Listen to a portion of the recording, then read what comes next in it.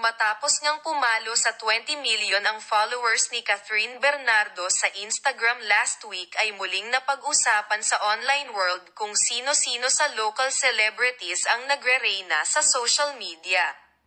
Sa Facebook, wala pa ring makakaagaw sa number 1 spot ni Marian Rivera na may 29 million followers. With 17.1 million, si Ivana Alawi ang tinuturing na reyna ng YouTube. Wala pa ring nakakakabog kay Vice Ganda sa patuloy niyang pagmamaganda sa ex dating Twitter dahil sa kanyang 5.1 million na taga-subaybay.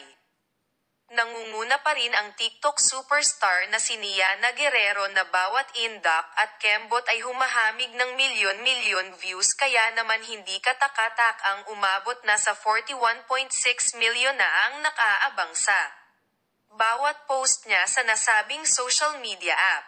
Syempre pa, pinantayan na nga ng Asia's phenomenal superstar na si Catherine Bernardo si Ann Curtis bilang diyosa ng Instagram.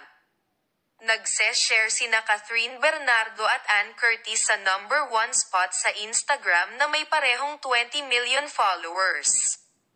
Ang inaabangan ngayon ay kung mauungusan pa ba ng ex-girlfriend ni Daniel Padilla ang It's Showtime host sa Instagram world. Pataas pa rin kasi ng pataas ang numero ng followers niya, Patuloy pa rin kasing pinag-uusapan ang aktres at palagi pa rin siyang trending sa social media. Maraming netizens ang tila naging curious sa controversial actress at biglang mag-follow sa kanya. Mukhang ayaw nilang mahuli sa balita kaya follow agad sila kay Catherine Bernardo. For sure, hindi papayag ang fans ni Ann Curtis na maaga ni Catherine Bernardo ang korona nilang Queen of Instagram in the Philippines.